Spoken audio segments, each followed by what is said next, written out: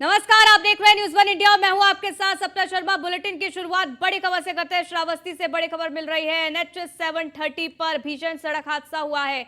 हादसे में 5 लोगों की दर्दनाक मौत हो गई है। छुट्टा जानवर को बचाने के चक्कर में यह हादसा हुआ। अनियंत्रित होकर पेड़ से कार टकरा गई। हादसे में 2 महिला, 2 बच्चे और 1 पुरुष की मौत हो गई है। थाना इकोना क्षेत्र के सीता द्वार के पास की पूरी घटना है। अफरा तफरी का माहौल उस समय देखने को मिला जब यह हादसा हुआ। जानवर को बचाने के चक्कर में यह हादसा हुआ है। अनियंत्रित होकर पेड़ से कार टकरा गई और इसके साथ ही इस हादसे में 2 महिला, 2 बच्चे और 1 पुरुष की मौत हो गई है। पुलिस इस पूरे मामले की जांच कर रही है। तो बेहद भीषण यह हादसा है। तो एनएच 730 पर यह हादसा हुआ, ये जानकारी मिल रही है और इसके साथ ही 5 लोगों की इस हादसे में मौत हो गई है। उन सभी के शवों को पोस्टमार्टम के लिए भेज दिया गया है। जानवर को बचाने के चक्कर में यह हादसा हुआ। प्राची सिंह हमारे संवाददाता जुड़ गए हैं, उनसे ज्यादा जानकारी ले लेते हैं। प्राची, कैसे यह हादसा हुआ?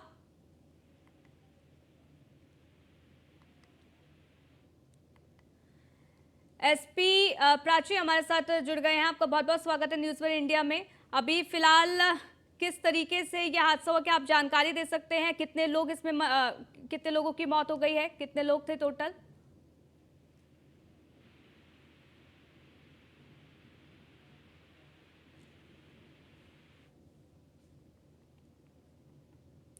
तो ये देखिए, लगातार जानकारी आप तक पहुंचा रहे हैं। अनियंत्रित होकर पेड़ से कार टकरा गई है और इसके चलते 5 लोगों की दर्दनाक मौत हो गई। इस हादसे में 2 महिला शामिल हैं, 2 बच्चे और 1 पुरुष शामिल हैं जिनकी मौत हुई है। हालांकि जानवर को बचाने के चक्कर में ये हादसा हुआ है। तो बेहद भीषण ये हादसा है और इसी के साथ आपको बता दें कि एनएच 730 पर यह हादसा हुआ है। तो इस हादसे में 5 लोगों की दर्दनाक मौत हो गई। जैसे ही यह हादसा हुआ, अफरा तफरी का माहौल वहां पर देखने को मिला। आनन फानन में इसकी जानकारी पुलिस को दी जाती है। पुलिस मौके पर पहुंचती है और उसके बाद सभी शवों को पोस्टमार्टम के लिए भेज दिया जाता है। तो 5 लोग बताए जा रहे हैं कि इस हादसे में उनकी मौत हुई है। एक्सक्लूसिव तस्वीर हम आपको दिखा रहे हैं। तो बेहद भीषण यह हादसा हुआ है। अब ऐसे में सवाल उठता है कि आखिरकार इस हादसे का जिम्मेदार कौन है, क्योंकि यहां पर जानवर को बचाने के चक्कर में यह हादसा हुआ और अक्सर इसी तरीके से जो आवारा पशु हैं वो घूमते रहते हैं और इसके चलते कई हादसे होते हैं। प्राची सिंह एसपी श्रावस्ती के हमारे साथ जुड़ गई हैं। बहुत बहुत स्वागत है न्यूज़ वन इंडिया में। इस हादसे के बारे में अभी तक फिलहाल क्या कोई डिटेल्स सामने आ पाई हैं? कितने लोग थे उस कार में सवार? टोटल इसमें 7 लोगों की सूचना मिली है जो लोग गाड़ी में सवार थे। और अभी तक की जो प्रारंभिक सूचना हम लोग को मिली है उसके हिसाब से ये पता लगा है कि ये सब नेपालगंज के रहने वाले थे। ड्राइवर जो था वो बहराइच का रहने वाला था। मौके पे 3 लोगों की मृत्यु हो गई थी। 4 लोगों को हॉस्पिटल में रेफर किया गया था। हॉस्पिटल में 2 बच्चे जो थे उसमें 2 बच्चों की हॉस्पिटल में मृत्यु हुई है। अभी जो बाकी के 2 लोग हैं हॉस्पिटल में अंडर ऑब्जर्वेशन है और अभी पूछताछ इन लोगों से की जा रही है। जी, लेकिन इसमें जानकारी ये है कि जानवर को बचाने के चलते ये हादसा हुआ है।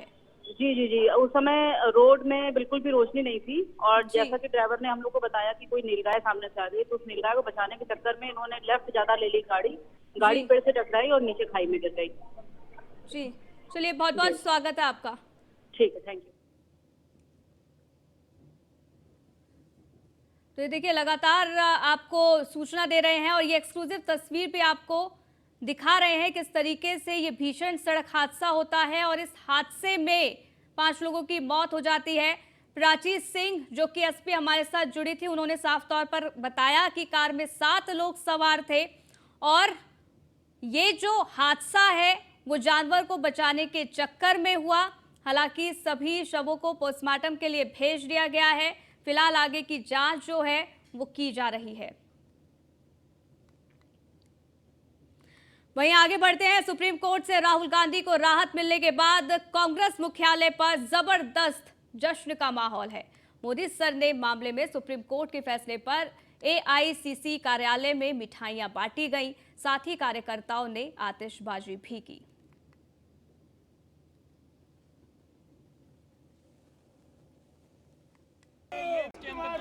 आज सत्य की जीत हुई है, मुल्क को न्याय मिला है। राहुल जी के रूप में जो सुप्रीम कोर्ट ने जो आज आदेश दिया है, उस तानाशाही शासक को एक संदेश है, इस मुल्क में कानून जिंदा है। इस मुल्क में आज वो लोग जिंदा हैं जो निर्भयता के साथ भय मुक्त होकर इस सरकार से सवाल पूछते हैं, और उस रूप में राहुल जी को हम देखते हैं। राहुल जी ने ये कर दिखाया एक संदेश।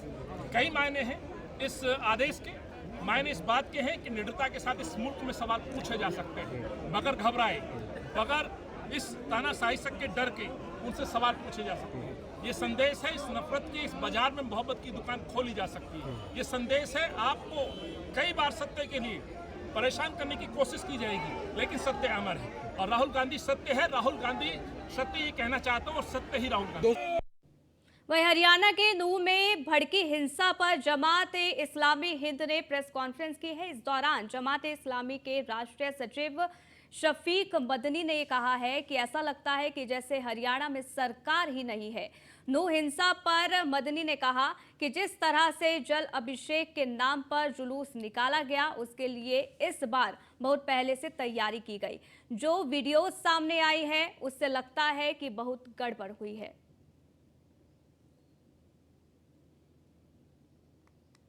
मणिपुर वायलेंस का जहाँ तक संबंध है, ये हम सब के लिए, पूरे देश के लिए अब बहुत ही बड़ी चिंता का विषय है कि 3 महीने से लगातार वहाँ हिंसा जारी है और कल परसों फिर दोबारा से वहाँ नई हिंसा शुरू हुई।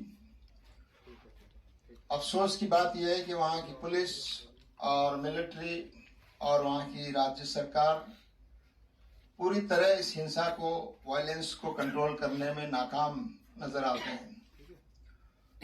एक और बड़ी तशवीश और चिंता की बात यह है कि बार बार ये रिपोर्टें आ रही हैं कि लोग खानों को लूटकर हथियार लूट रहे हैं।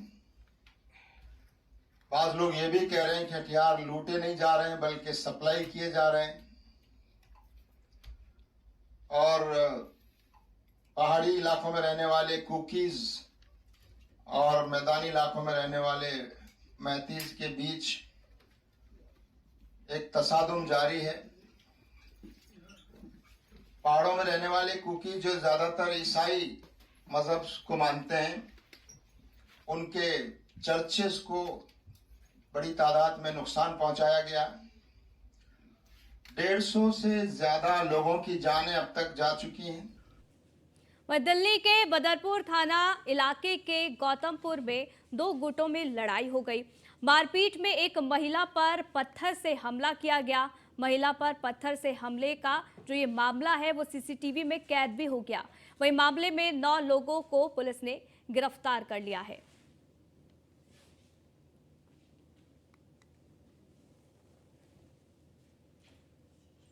वहीं दिल्ली में एटीएस की टीम को बड़ी सफलता हाथ लगी है। एटीएस टीम ने 52 ग्राम की हेरोइन जब्त की है। साथ ही एक ड्रग तस्कर को गिरफ्तार कर लिया है। बरामद ड्रग्स की कीमत जो है वो करीब 5 लाख रुपए बताई जा रही है। हालांकि आपको ये भी बता दें कि गुप्त सूचना के आधार पर एटीएस टीम को ये बड़ी सफलता हाथ लगी। ये पूरा मामला दिल्ली के कल्याणवास कॉलोनी के पास का है। तो तस्वीर भी आपको लगातार दिखा रहे हैं, जहां पर एक ड्रग तस्कर को भी गिरफ्तार कर लिया है, जिसकी तस्वीर भी आप देख रहे हैं। एटीएस टीम को ये बड़ी सफलता हाथ लगी है और 52 ग्राम की हेरोइन को जब्त किया गया है। वहीं दिल्ली के शादरा में चोरी हुए फोन को पकड़ने के लिए ऑपरेशन विश्वास चलाया गया। विभिन्न पुलिस अधिकारियों की 16 टीमों का गठन किया गया और उन्हें विभिन्न राज्यों से चोरी हुए मोबाइल फोन को बरामद करने का काम सौंपा गया। इस प्रक्रिया के दौरान 15 लुटेरों और स्नैचरों को गिरफ्तार किया गया है।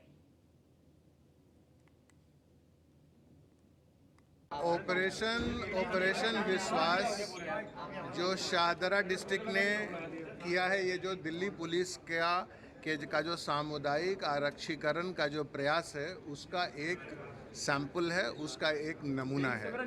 और ऑपरेशन विश्वास के तहत जो फर्स्ट स्टेप जो है, जो साइंटिफिक इन्वेस्टिगेशन और उसके साथ साथ जो कन्वेंशनल रेगुलर इन्वेस्टिगेशन और जो रिकवरी का जो एलिमेंट है, उसके जरिए जो 200 से ज़्यादा लोगों के जिनके मोबाइल चोरी हो गए थे, या मोबाइल स्नैच हो गया था, या रॉब हो गया था, या बगल हो गया था। तो ये मोबाइल की जो रिकवरी हुई है और उसको एक कानूनी प्रक्रिया के तहत जो सौंपा गया है, वह एक नमूना है। ये इस चीज़ को एग्जेम्पलीफाई करता है कि जो ऑपरेशन विश्वास है, जो दिल्ली पुलिस का जो एक इन्वेस्टिगेशन का जो एक स्किल है, जो एक एक्यूमेन है रिकवरी का, वो एक रोबस्ट है और इसका फ़ायदा आम लोगों को बहुत कम समय में विथ स्पीड एंड सर्टेनिटी मिल रहा है। हमने एक सेंट्रलाइज मीटिंग करी। सबसे पहले आइडेंटिफाई किया कि हमारे करीब 250 जो फ़ोन्स थे जो अलग अलग क्राइम्स में गए हुए थे उधर, उनको हमने डेटा ऑब्टेन किया, सभी का किया। उसमें 250 में जो एक्टिविटी मिले, फिर हमने अलग अलग टीम्स बनाई। इसमें सबसे पहले हमारी टेक्निकल टीम ने सारी डिटेल्स लेते हुए और सारा एफर्ट करके उनका एक हमने ग्रुप बनाया और वो 24/7 हमारी जो ग्राउंड टीम्स थी उनको असिस्ट करते रहे। अलग अलग ACPs के नेतृत्व में अलग अलग स्टेट्स को रेस्पॉन्सिबिलिटी देते हुए उन्होंने अपनी टीम्स को मोटिवेट करते हुए वहाँ उन्होंने टीम्स भेजी, फ़ोन्स रिकवर किए, स्टेट पुलिस के साथ कोऑर्डिनेट किया, अलग अलग बंगाल में काफ़ी कोऑर्डिनेट किया। मतलब बहुत सारा कोऑर्डिनेटेड एफर्ट था, टीम एफर्ट था पूरे डिस्ट्रिक्ट का और गाइडेड एफर्ट था। और डेली इसका वो कर रहे थे कि मतलब मॉनिटरिंग कर रहे थे कि कौन सी टीम कहाँ है, किसी को कोई दिक्कत तो नहीं है। तो और पुलिस वालों ने भी मतलब कई जगह बहुत ही परिस्थितियाँ ख़राब थी, वहाँ पे भी उन्होंने पूरे मोटिवेटेड होके कि हमें करना है। और जो बिल्कुल भी टेक्निकली साउंड स्टाफ नहीं थे, उन्होंने भी बहुत दूर दूर से अच्छी जगह से फ़ोन्स रिकवर किए। हमने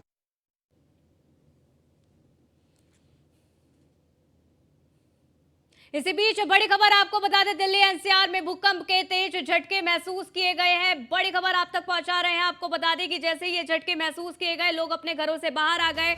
तो दिल्ली NCR में भूकंप के तेज झटके महसूस किए गए हैं। रिक्टर स्केल पर इसकी तीव्रता कितनी मापी गई है उसकी जानकारी भी आप तक पहुंचाएंगे। लेकिन फिलहाल जानकारी जो निकलकर सामने आ रही है वो ये कि दिल्ली NCR में भूकंप के तेज झटके महसूस किए गए हैं। जैसे ही ये झटके महसूस किए, लोग अपने घरों से बाहर निकल आए, अफरा तफरी का माहौल देखने को मिला। तो ये बड़ी जानकारी आप तक पहुंचा रहे हैं। दिल्ली NCR में भूकंप के तेज झटके महसूस किए गए हैं। रात 9:35 पर भूकंप के ये झटके महसूस किए गए हैं। तो ये बड़ी जानकारी आप तक पहुंचा रहे हैं। कुछ ही मिनट पहले भूकंप के तेज झटके महसूस किए गए दिल्ली NCR, जहां पर भूकंप के तेज झटके महसूस किए गए हैं। हालांकि आपको बता दें कि जैसे ही भूकंप के ये झटके महसूस किए गए, लोग अपने घरों से बाहर निकल गए। तो जम्मू कश्मीर के गुलबर्ग में इसका केंद्र बताया जा रहा है। दिल्ली NCR में भूकंप के ये तेज झटके महसूस किए गए हैं। रात 9:34 पर भूकंप के ये तेज झटके महसूस किए गए। जम्मू कश्मीर के गुलबर्ग में भूकंप के ये तेज झटके महसूस किए गए, केंद्र वहां रहा। हालांकि ये बड़ी जानकारी आप तक पहुंचा रहे हैं। जैसे ही लोगों ने इन झटकों को महसूस किया, वो बाहर निकले, अफरा तफरी का माहौल देखने को मिला। तो जम्मू कश्मीर के गुलमर्ग में भूकंप का